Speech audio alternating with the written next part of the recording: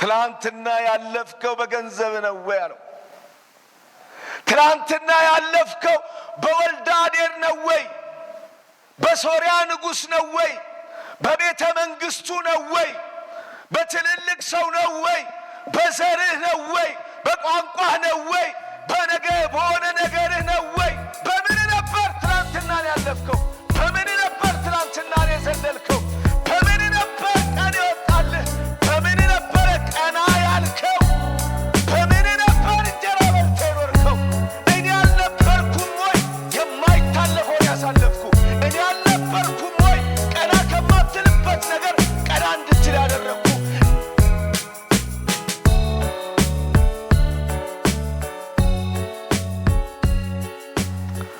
ስለ ልጆች ሲጸለይ ያው ወላጅ ስትሆኑ ይሰማችሁ የለ?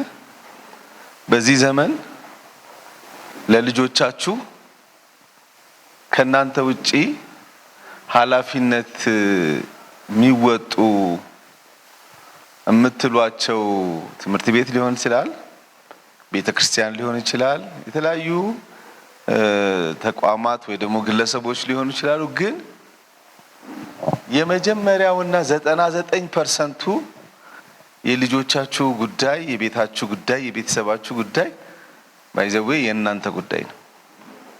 የራሳችሁ የወላጆች ጉዳይ ነው። መጽሐፍ ቅዱስ ስላሰብኩት ልናገረው ብዬ ነው። አንድ ሰው ባሪያ ይሆንና በባርነት ውስጥ እየኖረ እያለ 7 ዓመት ሲሞላው ከባርነት ነፃ እንዲሆን ሕጉ ያዛል። መቼም ባሪያ ሆኖ የቆየ ሰው 7ኛ ዓመት ላይ ከባርነት ነፃ ሊሆን እንደሆነ ሲያስብ የሚሰማውን ስሜት ማሰብ በጣም እንደሚቀላችሁ ተስፋ አደርጋለሁ። ምክንያቱም ባሪያ ማለት እኛ እንኳን ትምህርት ቤት እያለን የሚናገር ዕቃ ነው አይደል የሚባለው? ዕቃ ከመሆን ሰው ወደ መሆን፣ በሌሎች ሰዎች ፈቃድ ውስጥ ከመኖር በራሱ ፈቃድ ወጥቶ መግባት ወደሚችልበት ነፃነት የሚወጣበት ቀን ነው። ባሪያ ታውቃላችሁ፣ በዛን ጊዜ እላው ላይ ጳውሎስም ይላል እኛ የጌታን ማህተብ ተሸክመን ነው የምንዞረው የሚለው ጌታ ተጽፎብናል እንደሚለው ጌቶቻቸው ላያቸው ላይ ስማቸው ይጻፋል።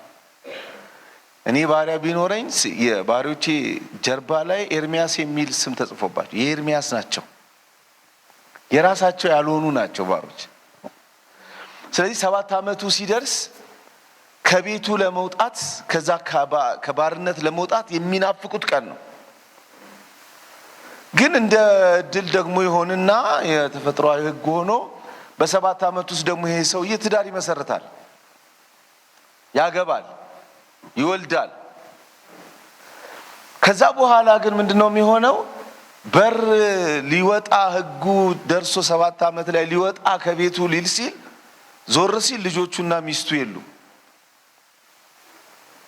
ለምንድነው ልጆቼና ሚስቴን ማትሰጠኝ ብሎ ጌታውን ሲጠይቀው የዚህ 7 ዓመት ነፃነት ያንተ ነው። ልጆችህና ሚስትህን እዚህ ውስጥ ያገባቸው በሙሉ እዚሁ ነው በባርነት የሚቆዩት፣ አይወጡም ይባላል። ሰውየው በዚህ መሃል ላይ የሚሰማው ስሜት አለ። 2 ምርጫ አለው። መሄድ፣ በነፃነት የናፈቀውን ነፃነት ማጣጣም፣ ደስታውን ማጣጣም፣ በነፃነት መኖር፣ በራሱ ስም መጠራት። ይሄ ከፊቱ ያለ ነፃነቱ ነው። ከኋላው ደግሞ የልጆቹና የሚስቱ ጉዳይ ደግሞ አለ። በጣም በሚገርመው መንገድ ሰውየው ምርጫ በ2 መንታ መንገድ ላይ እንደሚቆም ነው። ግን ምንድነው የሚያደርገው? ብዙ ጊዜ ሰዎቹ ምንድነው የሚያደርጉት? መጽሐፉም እንደሚነግረን ታሪክም እንደሚያስተምረን ሰዎቹ አልፈልግም ነፃነት፣ ይቅርብኝ ነፃነት፣ በባርነት ልቆይ፣ ለልጆቼና ለሚስቴ ባርነት ይሻለኛል አልፈልግም ካለ ግን አንድ ነገር ይነግሩታል። ወየውልህ ጆሮህን ተበስተ ነው የምትመለሰው። ይህ ማለት ዛሬ ተመልሰ ስትገባ ለ7 ዓመት አይደለም የምትገባው፣ ለዘላለም ባሪያ ልትሆን ነው የምትገባው። አልፈልግም ብትል እንኳን አትችልም። አንዴ ጆሮ ይበሳል። ያየ በሙሉ ምን ይላል? ይሄ ለሚስቱና ለልጆቹ ሲል ባሪያ የሆነ የተሸጠ ነው። ነፃነት የሚባል ቀን የሌለው ነገ የሚባል የድል ቀን ተስፋ የማያደርግ ለዘላለም ባሪያ ሊሆን የተሸጠ ለምን? ለልጆቹና ለሚስቱ ለቤቱ ሲል። ከዛ ሰውየው ይወስናል። አይ በቃ እኔ ልጆቼና ሚስቴን አጥቼ በነፃነት ከምኖር ከቤተሰቤ ጋር ጆሮዬን ተበስቼ መኖር ይሻለኛል ብሎ ይመለስና ጆሮ ተበስቶ ለዘላለም ባሪያ ሆኖ ቤት ውስጥ ይቀራል። ለቤታችሁና ለልጆቻችሁ ጆሮአችሁን ተበስታችሁ ባሪያ ለመሆን ትወስናላችሁ፣ ወይም ደግሞ በግል ነፃነታችሁ በራሳችሁ ነፃነት ደግሞ እንደፈለጋችሁ መኖር ትችላላችሁ። የልጆቻችንና በዚህ ዘመን አሁን ባለንበት ዘመን ከየትም ነገር ውስጥ ልጆቻችንን ነጥቆ ለማውጣት የሚከፈለውን የመጨረሻውን ዋጋ ለመክፈል ብቸኛ ኃላፊነትም ግዴታም ያለበት ወላጅና ወላጅ ብቻ ነው። ማንም አያተርፍላችሁም፣ ማንም አይደርስላችሁም፣ ማንም አይቆምላችሁም።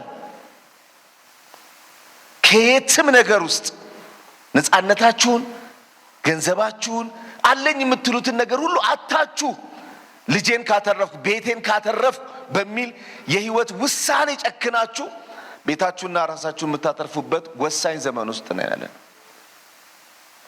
ከየትም ነገር ውስጥ አልፈልግም። ለምን ቸርች አትሆንም? ለምን የፈለገ መንፈሳዊ ሰው አይሆንም? ቤቴንና ልጄን አደጋ ላይ ከሚጥል ነገር ግን ብሎ ጨክኖ የሚሆን ቤተሰብ አባወራነት ማወራነት ካልመጣ በስተቀር ራሳችንንም ትውልዳችንንም የሚቀጥለውንም ትውልድ ማዳን አንችልም። እመታችን ስትጸልይ እሱ ነበር ማስቤ ነበር።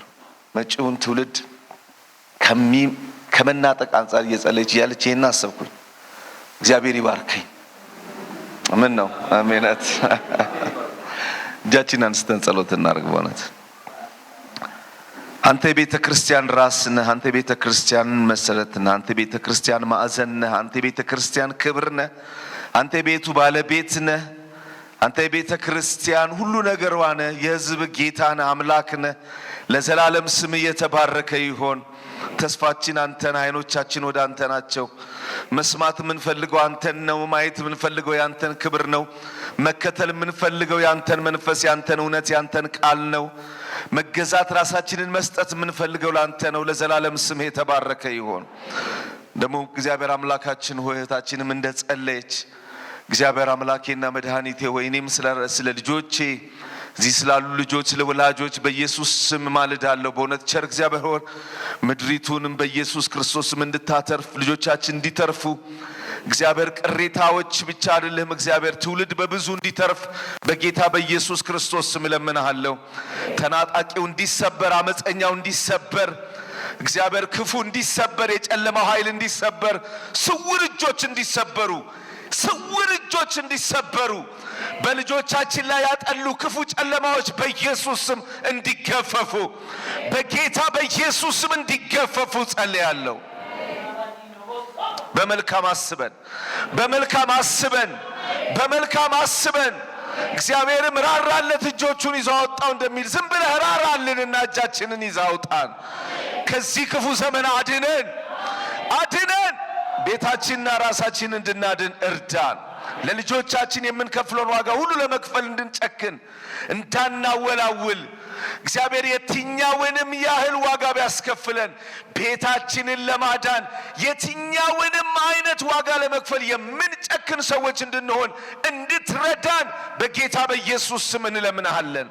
ለማንም አሳልፈን አንሰጣቸውም፣ ከማንምም ደግሞ አንጠብቃቸውም፣ ከማንምም ደግሞ ተስፋ እናደርግም፣ ከማንም ተስፋ እናደርግም። እግዚአብሔር ሆይ በጌታ በኢየሱስ ስም ካንተ ጋር ሆነን ለልጆቻችን እንጨክናለን። እንደ ባለ አደራ ከመንፈስ ቅዱስ ጋር ሆነን በጌታ በኢየሱስ ስም ለትውልዱ እንጨክናለን፣ ዋጋ እንከፍላለን። ለዘላለም ስም ይባረክ። ተርፎልን ያለው ጊዜ ለክብር ይሆን በኢየሱስ ስም አሜን። ዛሬ የእግዚአብሔር ዓይኖች በምድር ሁሉ ላይ ናቸው በሚል ሐሳብ የእግዚአብሔርን ቃል እናገራለሁ። የእግዚአብሔር ዓይኖች ያያሉ። እግዚአብሔር ያያል። አስቤያለሁ። ከቤቴም ማታም በእውነት በጌታ ፊት ጸልይ ነበር። ያያል ስላችሁ አሜን እንደምትሉ አውቃለሁ። ግን ምን ያያል ነው? ምን ያያል የሚለውን ሳስብ ግን ለልጄ ነገርኳት። ነገ በዚህ ቃል እግዚአብሔርን ቃል አካፍላለሁ፣ እዚህ ውስጥ ነኝ ያለሁት አልኳትና ከዛ ክንደና ስነግራት ያያል ስላት አሜን ስትለኝ ምንድነው የሚያየው ግን ሲያይ ባላየን አለች። ባላየን ከዜና መዋዕል ካልዕ 17 ላይ 16 ላይ እንደዚህ የሚል ቃል አለ። ቁጥር 9 ላይ እግዚአብሔር ልቡ በእርሱ ዘንድ ፍጹም የሆነውን ያጸና ዘንድ ዓይኖቹ በምድር ሁሉ ይመለከታሉና። ዓይኖቹ በምድር ሁሉ ይመለከታሉ። ዛሬ ለመመጣ ካላችሁኝ እግዚአብሔር ያያል ብቻ አላውቅም፣ ግን ያያል።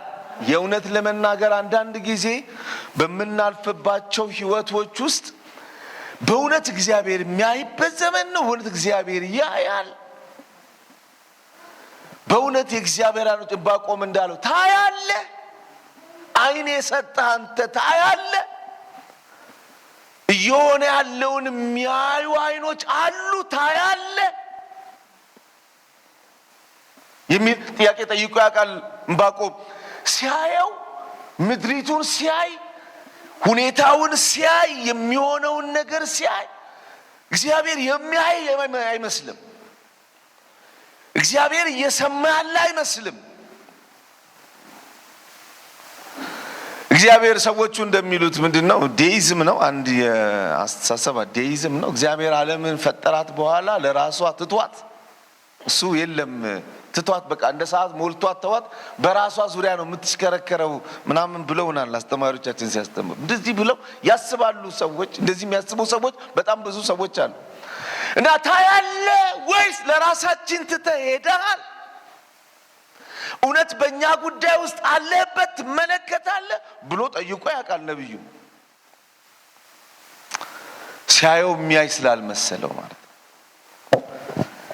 ዜና መዋዕል ላይ ደግሞ ሲናገር እንደዚህ አለ ነብዩ፣ እግዚአብሔር ልብ በእርሱ ዘንድ ፍጹም የሆነውን ያጸና ዘንድ።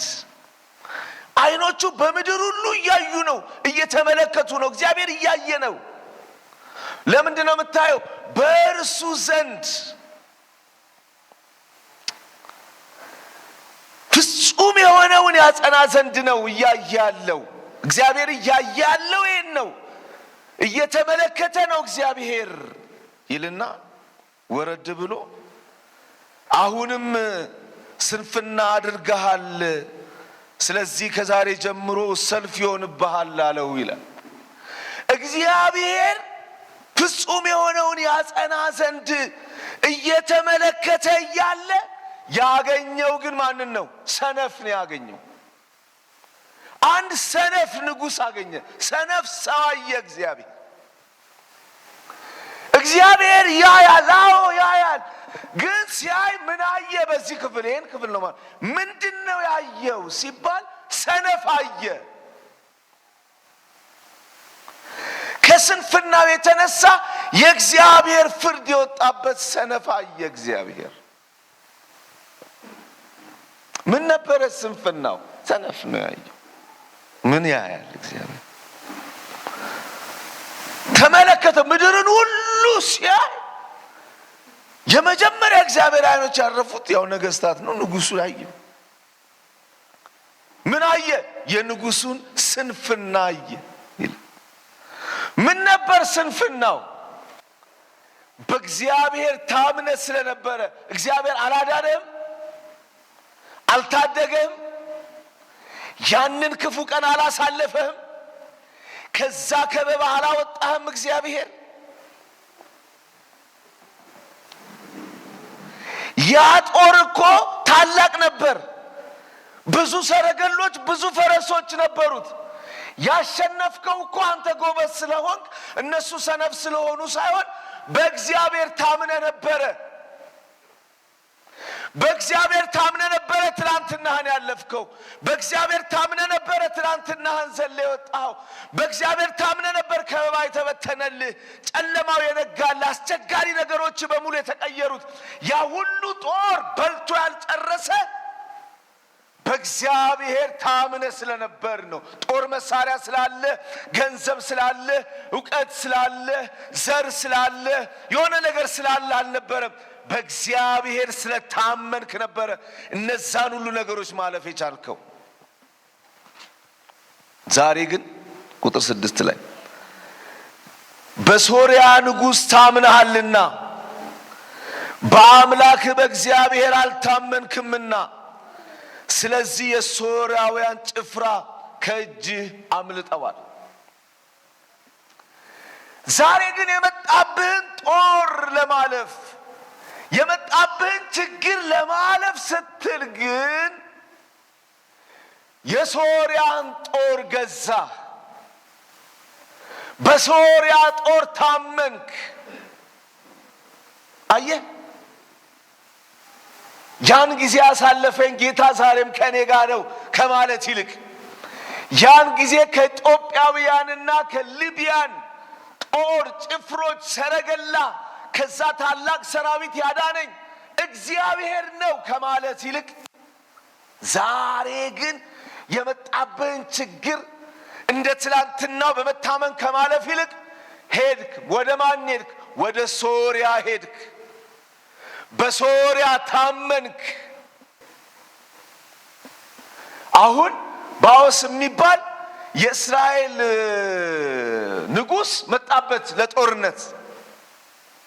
ሲያይ ጦር ከቦታል።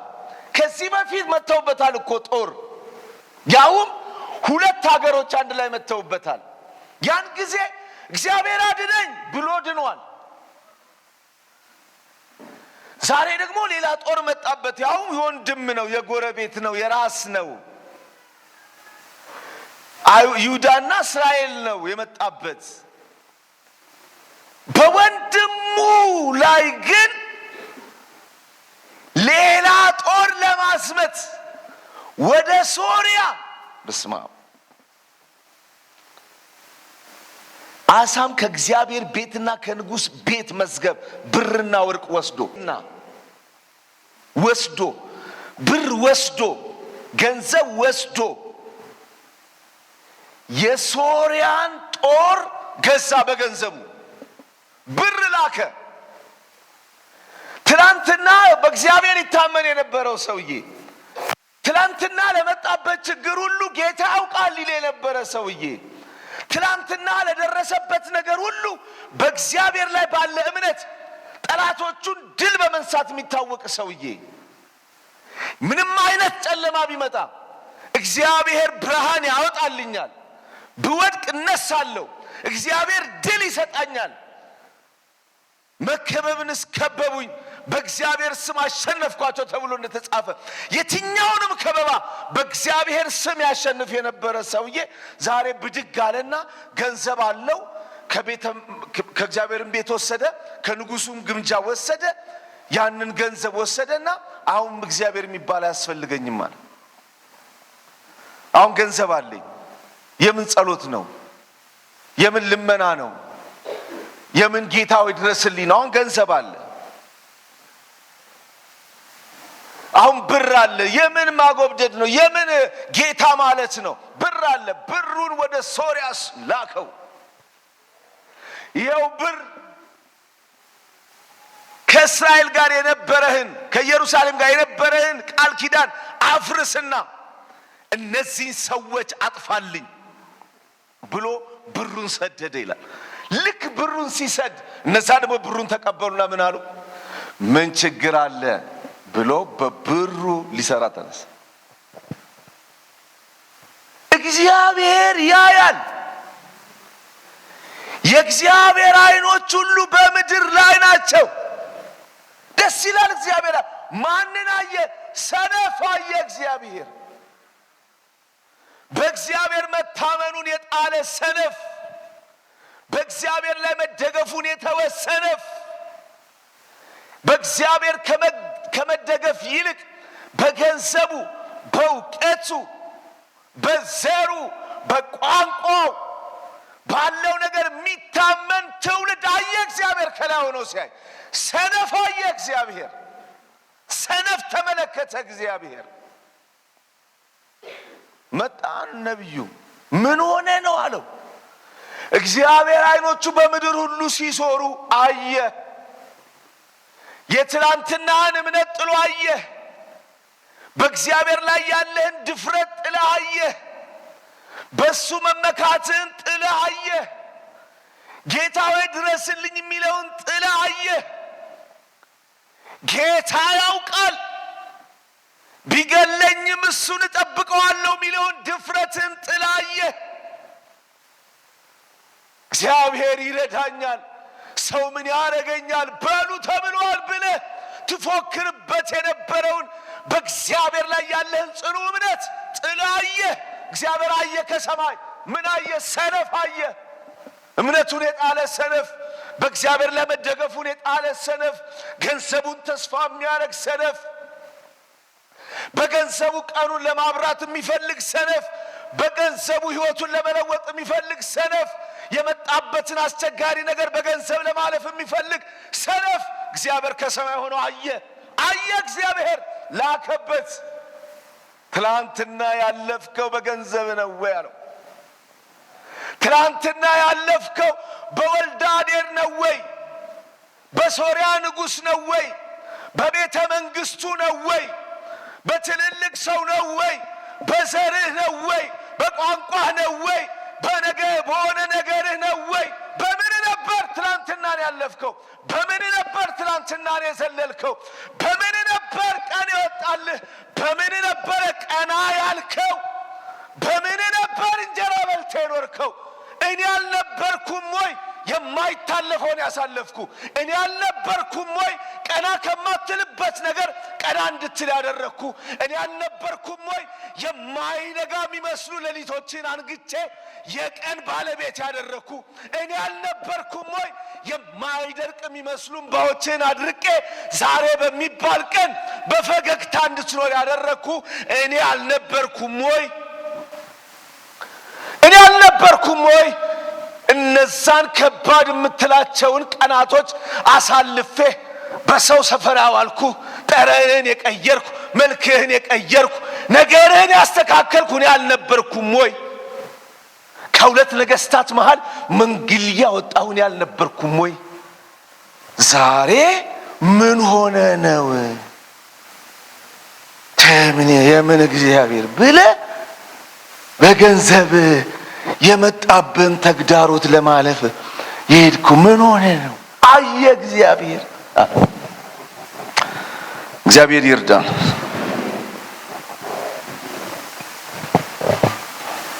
ይሄ ሰውዬ የሚገርማችሁ እስከ ሕይወቱ ፍጻሜ ሲጀምር በእግዚአብሔር ታምኖ እንዳልጀመረ ሁሉ እስከ ሕይወቱ ፍጻሜ ድረስ በእግዚአብሔር መታመን ይጣል። እግዚአብሔር አየ። በጣም የሚገርመው ቁጥር 11 ላይ የአሳፍ የፊተኛውና የኋለኛው ነገር እነሆ በይሁዳ በኢየሩሳሌም ነገስታት መጽሐፍ ተጽፏል። በነገሰም በ39ኛው ዓመት አሳ እግሩን ታመመ፣ ደዌም ጸናበት። ነገር ግን በታመመ ጊዜ ባለ መድኃኒት እንጂ እግዚአብሔርን አልፈለገም። እግዚአብሔር አየ። እግዚአብሔር ከሰማይ ሆኖ ተመለከተ። የእግዚአብሔር አይኖች በምድር ሁሉ እያዩ ነው። ተመለከተ እግዚአብሔር። ከእግዚአብሔር ይልቅ በበሽታው ቀን፣ በህመሙ ቀን፣ በሐዘኑ ቀን ከእግዚአብሔር ይልቅ ባለ መድኃኒት ፈለገ እንጂ እግዚአብሔርን አልፈለገም። የእግዚአብሔር አይኖች ያሉ እግዚአብሔር አይኖች ያሉ ወገኖች እያዩ ነው። እግዚአብሔር እያየ ነው። እግዚአብሔር ምን አየ? ሰው እምነቱን ሲጥላየ እግዚአብሔር በእግዚአብሔር ላይ ያለ እምነት ከሰው እጅ ወድቆ እግዚአብሔር ተመለከተ። የመጀመሪያው ነገር ይሄ ከሰው እጅ ላይ እምነት ወድቆ በእግዚአብሔር ተስፋ ማድረግ ወድቆ በእግዚአብሔር ላይ ያለ እምነት ወድቆ ጌታ ይረዳኛል ወድቆ ጌታ አጠገቤ ይቆማል ወድቆ ሰው በሴራ በተንኮል ነገር ለማለፍ በተለያየ መንገድ ሲሯሯጥ እግዚአብሔር ተመለከተ። አየ እግዚአብሔር ታማሚው ድረስልኝ እግዚአብሔር ከማለት ይልቅ በባለ መድኃኒቱ ሲታመን ችግር ያለበት ጌታ ወይ ከዚህ አውጣኝ ከማለት ይልቅ ለሌላ ነገር ሄዶ ሲያጎበድድ ሌላ ነገር ውስጥ ገብቶ ሲሰግድ እግዚአብሔር ከሰማይ ተመለከተ። አየ እግዚአብሔር መጽሐፉ ነው የሚለው፣ ክፍሉ ነው የሚለው። በምድር ሁሉ አይኖቹ የሚያይ ጌታ ይህን ሰው ተመለከተው። በበሽታ አልጋው ላይ ተኝቶ ከጌታ ይልቅ ሌላ ነገር ሲፈልግ አየው። እንጃ ጉባኤ ምን ያይ ይሁን አላውቅም።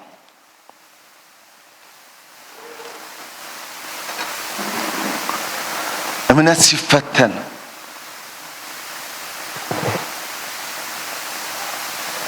ትዝ ይላችኋል አይደል? አንድ ሰው እንደዚህ አይነት ችግር እኮ ገጥሞት እዝራ ነው ሄዶ ንጉሱ ጋር ከዚህ በፊት ነግሬያችሁ ከሆነ አላውቅም። ንጉሱ ጋር ሄዶ እግዚአብሔር ጦር አይን ያልፍ እግዚአብሔር ይረዳኛል፣ እኛ የምንፈልገው መሄድ ብቻ ነው፣ ከምርኮ መመለስ ነው፣ ወደ ሀገራችን መሄድ ነው የምንፈልገው አለ። ከዛ ንጉሱም ሂዱ አላቸው። ሊሄዱ መንገድ ሲጀምሩ ግን ሐሳብ ገባ ወደ ውስጡ። ምን አለ? ታውን እዚህ መንገድ ላይ ስንሄድ ሽፍታ ቢገጥመንስ?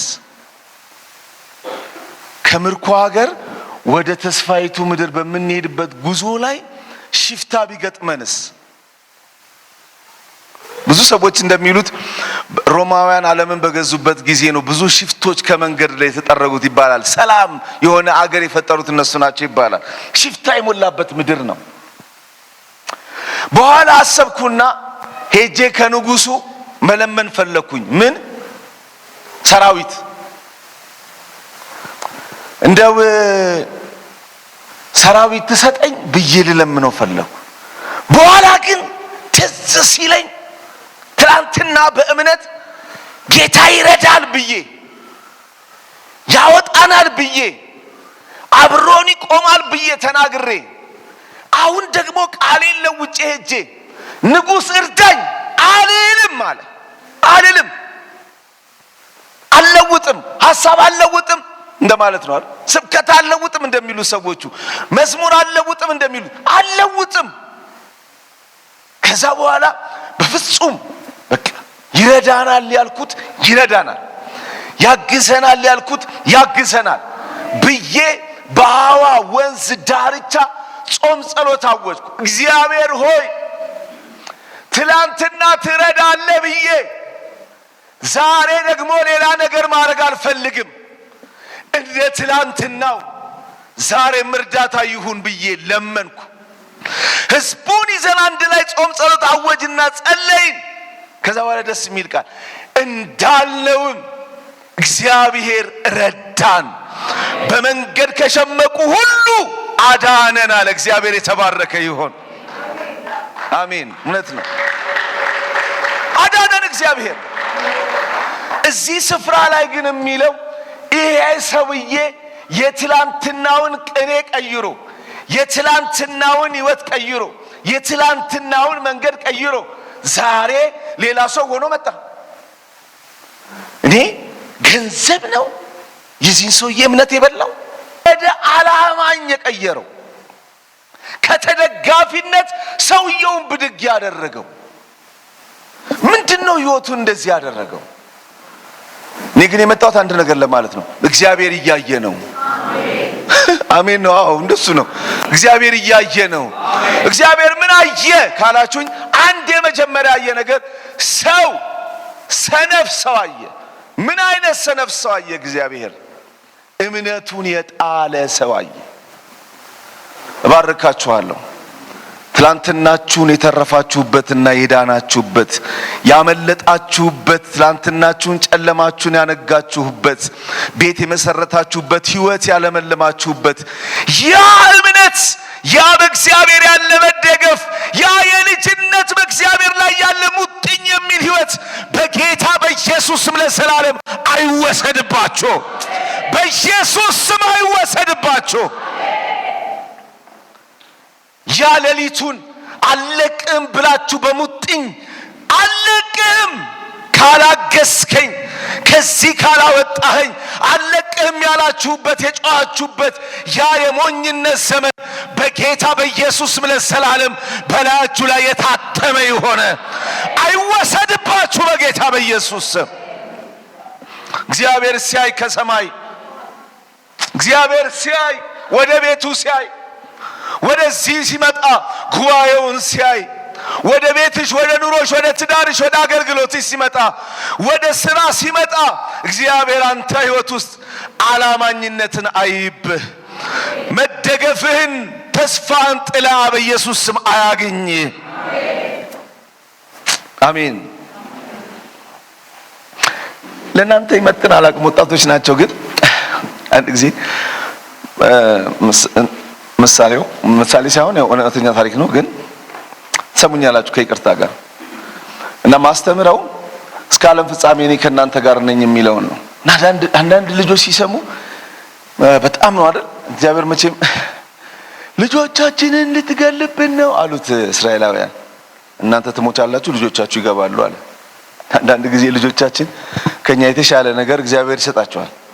እና ያስተማርኩኝ ልጁ መጣና እኔ ምልሄድ የሚያለኝ አቤት እስከ ዓለም ፍጻሜ ከእናንተ ጋር ነኝ የሚለው ግን እኮ ከበደኝ አለ። እንዴ ለምን? አሁን ለብዙዎቻችን ተስፋ ነው አይደል? እሱ ግን ምንድነው መሰለህ አለኝ። ምንድነው?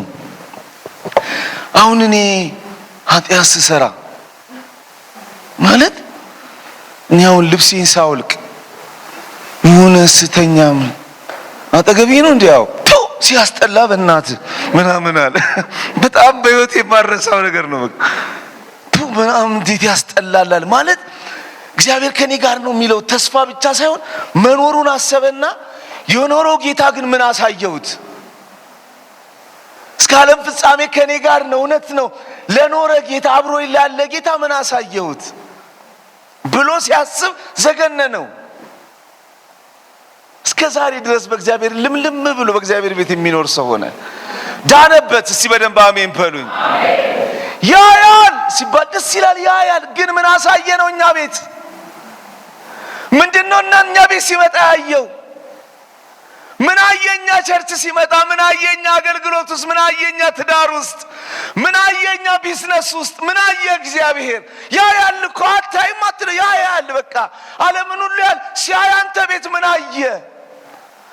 ምን አየ? ሰው ያላየውን ጣራ የማይዘጋው ሰው ልጁ ነው ያለው። ሰምታችሁታል። ይሄን ብዬ ተስፋ አደርጋለሁ። ሰውየው መጠጣት ፈልጎ ትልቁ ልጅ ያኛውን በር ጠብቅ ሰው ከመጣ እኔ ደግሞ እኔ ሰፈራችን ያሉ ሰውዬ ዝም ብሎ ሳንኳኩ ነው የሚገቡት። ጠብቅልኝ እዛ ጋር አለው። አንዱንም ወደዛ አድርጎ ሊጠጣ ሲል ትንሹ ልጅ አባላው ይሄን ኢስ አለ። ይሄ እኮ ጣራ ነው ምንድነው አለው። አይ እግዚአብሔር እኔ ምን አሰብኩኝ አሉ። ልጁ እኮ ነው ይሄን ልጠብቅልህ ብዬ እንዴት እንደምወጣ ጣራውን አጣሁት። ማንን ነው የምትጠብቅልኝ? ሲያይ እግዚአብሔርን እንዳይመጣብህ ብዬ ያያል። በተዘጋ ቤታችን ውስጥ ያያል እግዚአብሔር። ኑሮ ውስጥ ያያል እግዚአብሔር።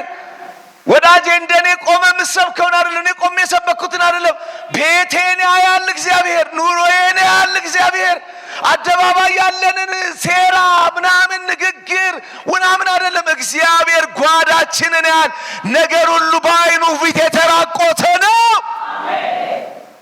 ያያል እግዚአብሔር። አየ እግዚአብሔር እዚህ ሰውዬ ቤት ውስጥ።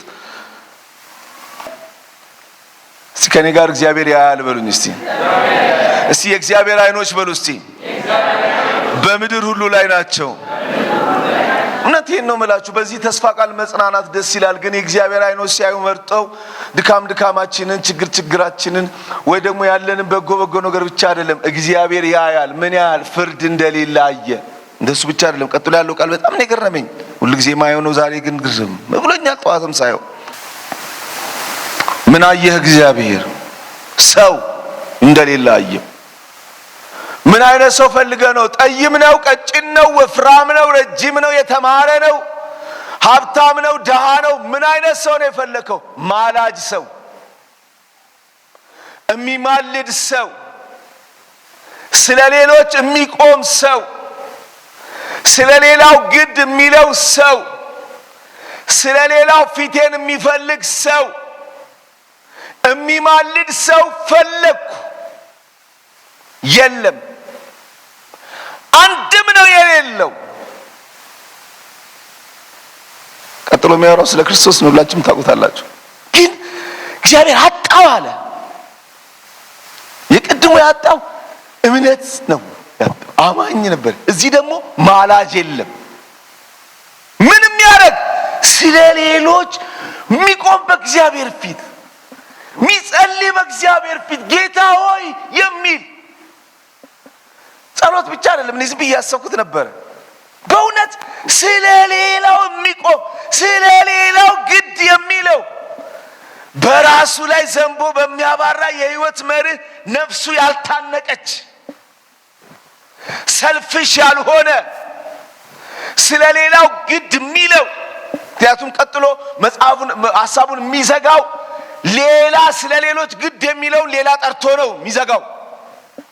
ስለ ሌሎች ግድ የሚለው ስለ ሌሎች ዋጋ ለመክፈል የሚፈልግ፣ ስለ ሌሎች ህይወቱንም ኑሮውንም ገንዘቡንም ለመስጠት የሚፈልግ፣ ሌሎች ቀን እንዲወጣላቸው የሚታገል የሚደክም ሰው፣ ስለ ሌሎች የሚኖር ሰው ፈለኩኝ አጣው። የለም የለም።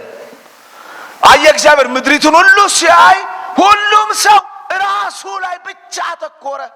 ሰልፍ ሴንተርድ የሆነ ቢሰራ ለራሱ፣ ቢጸልይ ለራሱ፣ ቢኖር ለራሱ፣ ቢያልም ለራሱ፣ ቢያቅድ ለራሱ፣ ራሱና ራሱ ብቻ የሆነ ሰው ነው ማየዋል።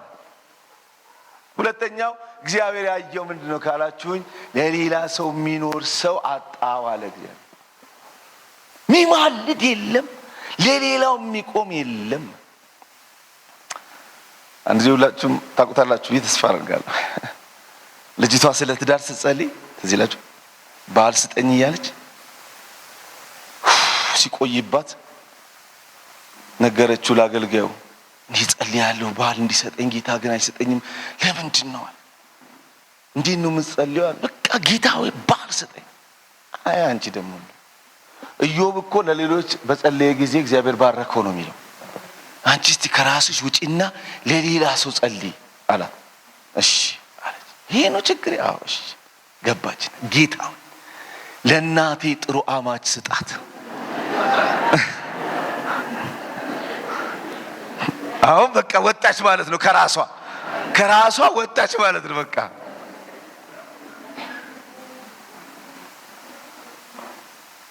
በጣም በሚያሳዝን እግዚአብሔር ሲያይ ለሰው የሚቆም ለሰው የሚማልድ ለሌላ ሰው ጤንነት የሚያስብ ስለ ሌላው ሰው ግድ የሚለው ሰው የለም የለም። ሰው ሁሉ ለራሱ ነው።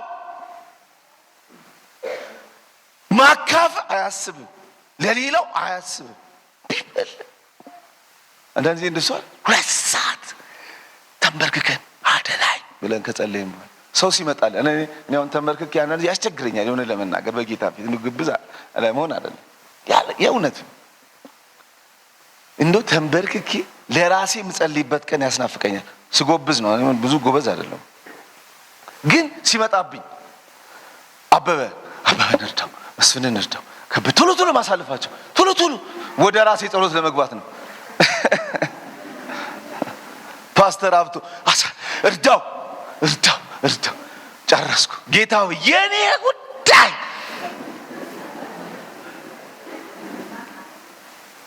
ቶሎ ከሰማይ ሆኖ አየ እግዚአብሔር። ምድሪቱን ተመለከተ። ምን አጣ እግዚአብሔር? ሰው አጣው።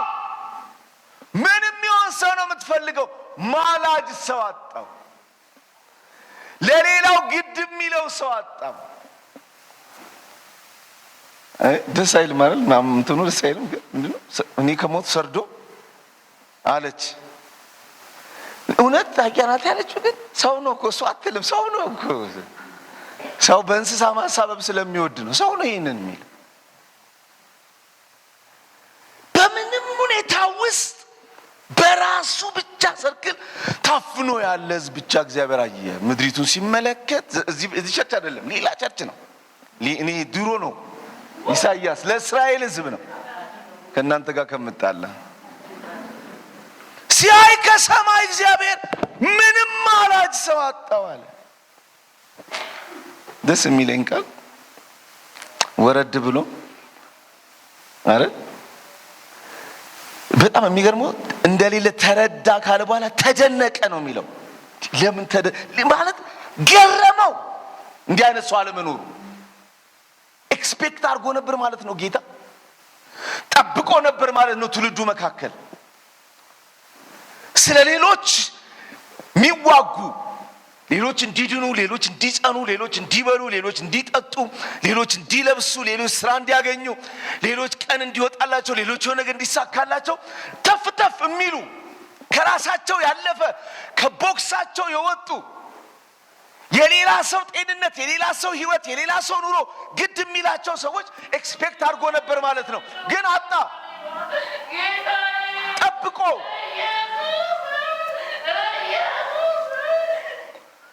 ይርዳን እግዚአብሔር። በደንብ አሜን ባካችሁ። እጃችሁን አንሱ ልባርካችሁ። በእውነት የእስራኤል ቅዱስ እግዚአብሔር አይጣ እናንተ ቤት አይጣ። አይኖቹ እናንተ ቤት በሐዘን አይያዙ። እናንተ ቤት አይኖቹ በኢየሱስ ስም የሚያዩት አይጡ። እናንተ ቤት በጌታ በኢየሱስ ስም ማላጅ ይገኝ። እናንተ ቤት ለሌላ ሰው ግድ የሚለው ይገኝ። እናንተ ቤት ለሌላው ሰው የሚኖር ነዋሪ ይገኝ። እናንተ ህይወት ውስጥ ይሄ በኢየሱስ ስም ይገኝ። አይጣ እግዚአብሔር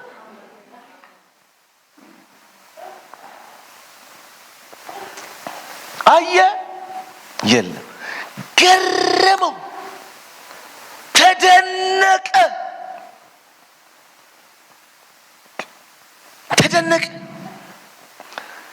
እንዴት ህዝቤ እንዲሆነ፣ እንዴት ህዝቤ እዚህ ድረስ ወረደ፣ እንዴት ህዝቤ እዚህ ድረስ ሰልፊሽ ሆነ፣ እንዴት ህዝቤ እንዲህ በዚህ ድረስ ከራሱ ውጪ የማያስብ ዝም ብሎ አይነት ሰው እንዴት ሆነ ህዝቤ? እግዚአብሔር ደነቀው። እግዚአብሔር ኢትዮጵያን ሲያት እንዴት ያያት ይሆን? ኢትዮጵያን ቤተክርስቲያን እንዴት ሲያይ እንዴት ያይ ይሆን? ምን ያይ ይሆን? እኔ ትናንትና ነው የምሬን ነው የምላችሁ። ይሄ እውነት የምገባኝ ትናንትና ለሊት ስነሳ አንድ ነገር አየው። ልነሳ ስል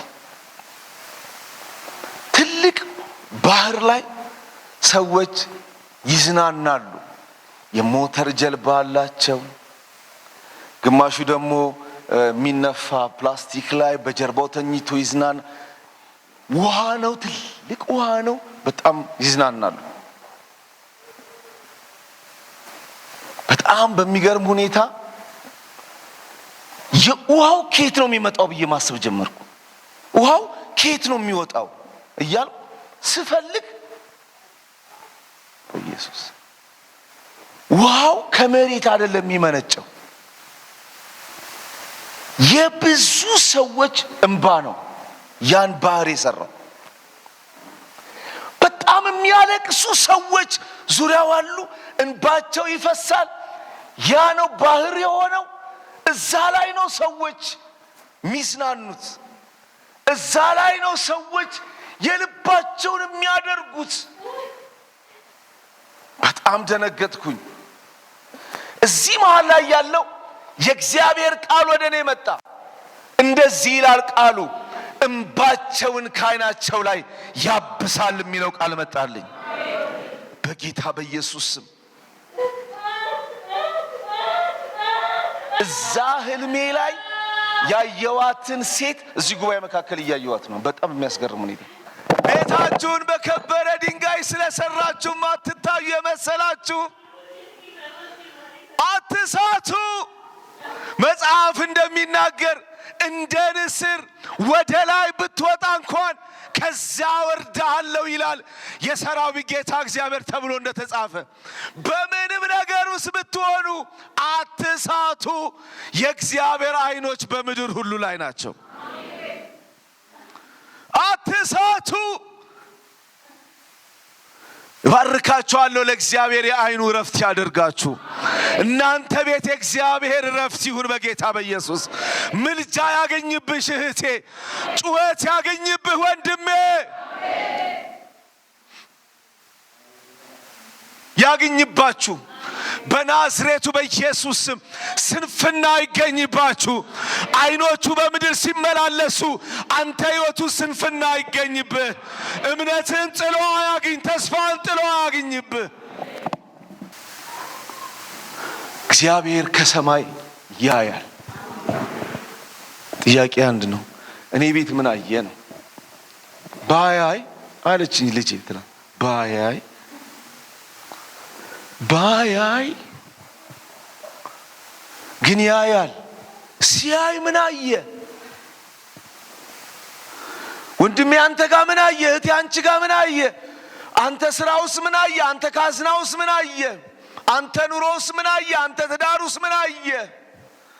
ከሰው ሰውረህ ርቀህ በተቀመጥክበት ማንም በማይገባበት ክፍልህ ውስጥ፣ በድብቁ ክፍልህ ውስጥ፣ በድብቁ ሰውነትህ ውስጥ፣ በድብቁ የአእምሮ ክፍል ውስጥ አደባባይ የምታወራውን የምትናገራው የምትወጣ የምትገባበትን አይደለም፣ ስውር ሞቲቭህን ውስጥ፣ የተሰወረ አጀንዳ ውስጥ፣ ከጀርባ ማንም ሳያይ በደረት ተኝተ ቁጭ ብለህ የምትጠነስስበት ውስጥ እግዚአብሔር ምን አየ? የእግዚአብሔር ዓይኖች ያያሉ። አይዘበትበትም፣ ዓይኖቹ ያያሉ። እንጸልያለን።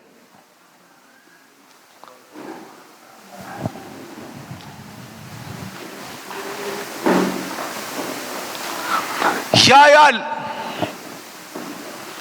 እንባንም ከዓይን ያብሳል። ያያል እግዚአብሔር የነበርክበትን ሕይወት አይደል የሚለው አሳን ንጉሱን ያለው ይሄን እኮ ነው። ትናንትና የነበረህን ድፍረት ሁሉ ጥላ አየህ። ሰልፍሽ ሆነ አየህ። እግዚአብሔርን ማትፈልግ ሆኖ አየህ። ልዑል አምላካችን ሆይ እኔንም ሕዝብንም የሚረዳ ጸጋ በጌታ በኢየሱስ ስም ይለቀቅልን። ሁላችንም በዓይን ፊት የተራቆትን ሁላችንም ምድሪቱ ቤተ መቅደሱም ቤተ መንግስቱም በዓይን ፊት የተራቆተ ነው። ሁሉ ነገራችን በዓይን ፊት እርቃኑን የቆመ ነው። እግዚአብሔር ሆይ ልባችን እስኪያማ ድረስ አታይማይ ብለን አቃሰትን፣ እሃልን፣ ታመምን። እግዚአብሔር ግን አያለው ስላልከን አያለው። ግን ሳይ የተደረገብህን ብቻ ሳይሆን ያደረግከውንም አያለው። ሁሉንም ነው ማየው ብለሃልና ቸር እግዚአብሔር አምላካችን ሆይ እንለምንሃለን። ዓይን ፊት የሚታይ ሞገስ ያለው ሕይወት እንድንኖር ጸጋህ በጌታ በኢየሱስ ስም ያግዘን። አትተወን። እንወድሃለን። በጌታ በኢየሱስ ስም አሜን።